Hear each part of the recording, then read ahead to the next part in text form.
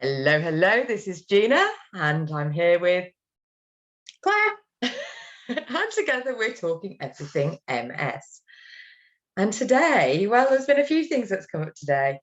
So I am on a halfway through it's a program that is helping me develop my, I guess, spiritual practice, but also my self-awareness and my self-care. And what we're doing a lot of work on is emotions. And recognizing what emotion you're feeling at any one spot is actually harder than you think. So I've got various different charts, which I've printed off the internet, that look in circles like this, with lots of different emotions. And I've got another one here, which is similar but different. And then I've got this one that looks like a pretty flower. But all looks like a what? Looks like a pretty flower. Oh, okay, yeah. Yeah, it looks like a flower. But it gives you all different types of emotions. So here we've got things like, you've got one side, which is rage, anger, and annoyance. Then you've got terror, fear, and apprehension. But then you might have ecstasy, joy, and serenity. So it actually gives you different options.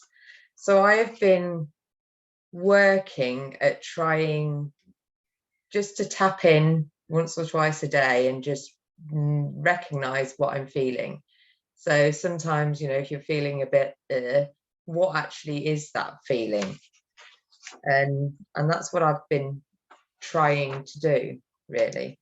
Do you know what because we spoke a little bit before we started recording, didn't we, about this? And when you said emotions, all I thought about was the negative things. But then you mentioned joy. Yeah, you could be happy, you could be pleased, you could be. Well, it is quite interesting. That's interesting. I just thought the negative. Yeah, you tend to think of all the negative ones, the ones that you don't really want. Yeah. You want to feel happy and joyful, therefore we don't have to do the work when we're feeling like that. Yeah. But actually noticing when you're feeling good as well is probably just as powerful and helpful of noticing that when you're not feeling so good. Yeah, so true.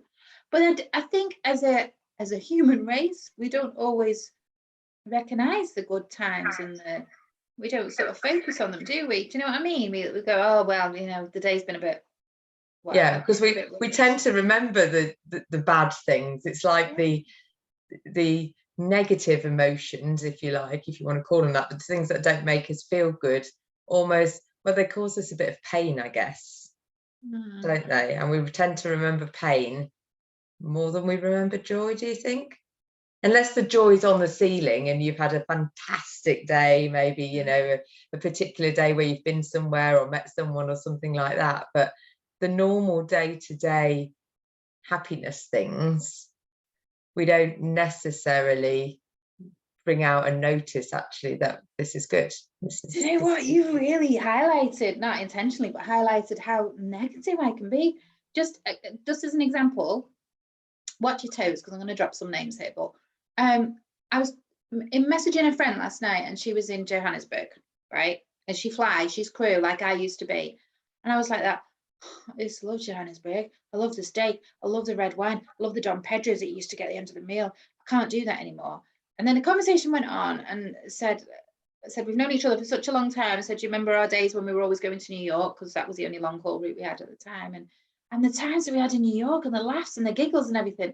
And I just kind of think, yeah, but I can't do that anymore. No, you can't do that anymore because it was 20 years ago. Your face didn't look like this. Your body wasn't like this. But just focus on those times that we had.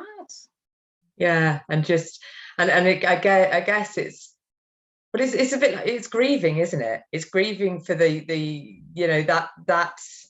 that you that was that was able and young and had all the life and had all the strength in her body to do what you wanted. I've been grieving for far too long for this though.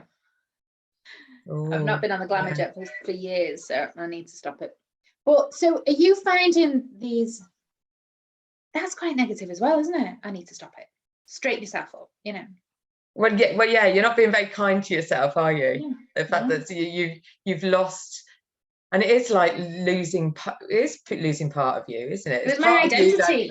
And you would, it's not like you were ready to finish that part of your life at that point. It's like, yeah, I've done you know, so you had to let go of that early, and your MS was, you know, the reason, wasn't it? The only reason that you packed it up.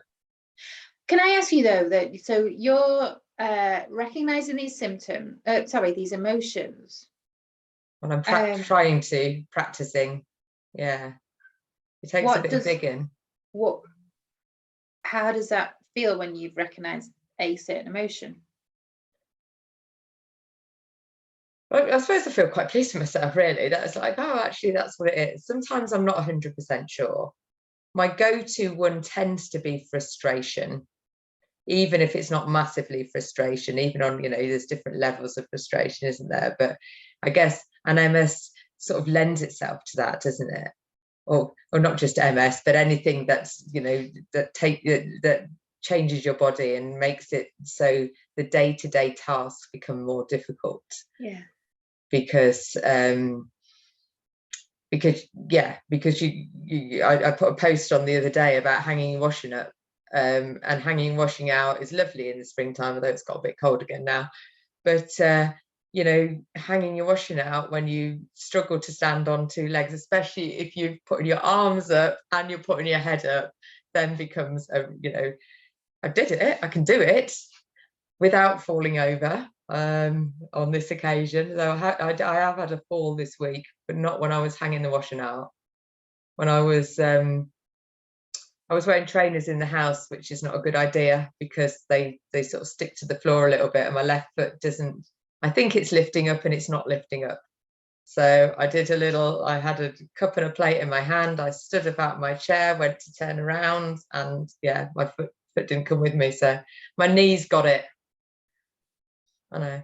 Your knee's got the punishment of it. My knee's got the punishment of it, yeah. So can I ask you that thing of picking up your foot? Do you feel, because I'm now at that stage where I have to really think when I'm walking and to pick up my foot, but I feel like in my head it's really exaggerated when it's probably not, but you think you feel like, well, I don't know, do your legs just feel heavy?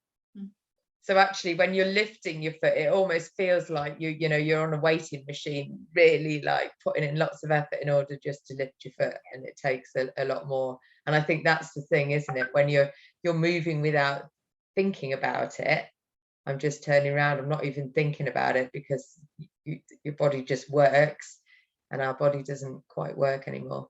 Do you know what? I feel like I'm being a real misery today. I hope I'm not coming across as a misery, but I've been out and I don't know, perhaps sat in a cafe or something, or just somewhere, or sat in the car, and I think to myself, look at you walking, look at you just walking. Like, have you any idea like how easy that is to you? But there you are walking. I'm very happy for these people walking, but I'm just like, wow, they may have trouble, I just don't know. No, yeah, that's quite. So what would you say you're feeling? What are you feeling now? Is that jealousy, envy, rage? Rage, yeah. Not against that person as such. No, well, it is, I suppose, but just like, there you are. Walking. There you are. Look at you, yeah. Mind you, I do the same thing with my dog as well. So when she goes out and about, and she just wheezes wherever she likes, she doesn't have to pull down her pants, does she, and go behind a bush? Oh no, she can just wee, just like that, Sophie. A little drip there and a little drip there, and off she goes. Yeah. And no one judges her. No, absolutely. There's no judgment, is there? Absolutely. Next life, babe. Next life, we'll come back as a dog. We'll do it that way. Definitely. Yeah. But I think, but I think with the emotions. So what I'm learning about the emotions, it's okay to have whatever emotions we have, and to actually allow them to be. So when you're feeling that, you know, when you're seeing that person walking, or even worse, if they're jumping or skipping, what's that all about? Yeah, exactly. Or jogging. Yeah. But actually, just allowing and just being a bit curious, I guess, about, okay, well, if I'm feeling envious or rage or whatever it is, how does that actually make me feel in the body? So just get a bit more curious, as if you were a laboratory assistant watching something. Oh yeah, what happens in your body then when you're feeling that rage, and how does that sort of show up in itself? and just allow it to be. It's probably all over my face because my emotions always show up on my face. So it's probably these poor people are just walking past the car and I'm like that going, great, good on you, well done, putting one foot in front of the other so easily. And then also what I'm practicing doing when you, because you might know, if you really get present with it, you might notice actually you feel your face scrunching up, and you know, you might feel a pain in your temples or whatever it is, and just recognize that it's there. Just, you know, and I think because I was talking to my therapist this morning actually about this thing, and it's like she described it as like the it's like the elephant in the room. I said, yeah, but my elephant's not just in the room, it's like sitting on my bed on my legs, and I'm still trying to ignore it.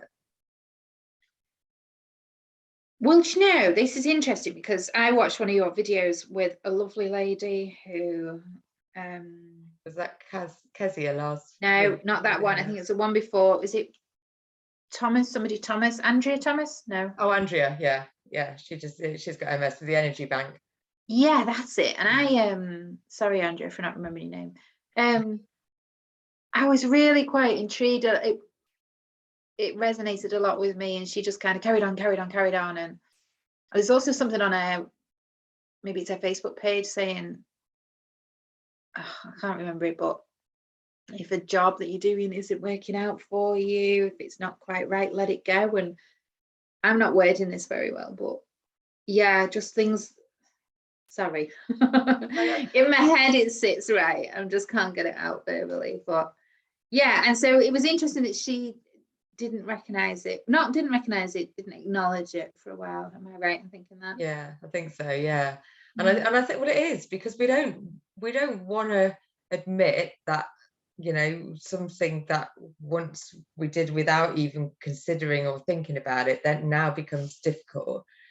But it's not just people with MS, is it? I was talking to my mum and her friend earlier, and they were talking about, you know, having glasses that work. They've got cataracts growing in their eyes, and they won't do anything with the cataract until it gets opaque enough.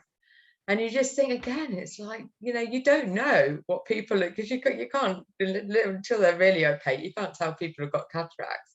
But it just makes everything look like they're looking through a veil of steam. Yeah. And so everybody is, or the majority of people are fighting a battle that we know nothing about. Because if anybody saw you and I just now chatting, they'd think, yeah, what's up with them? Apart from Claire's got a 1988 hairstyle today. What's wrong with that? Yeah, mine's a bit like that as well, actually. We'll go for it.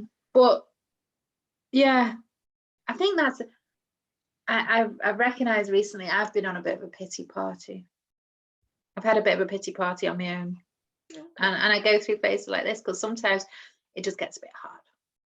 But then I pull myself out of the party, take myself home.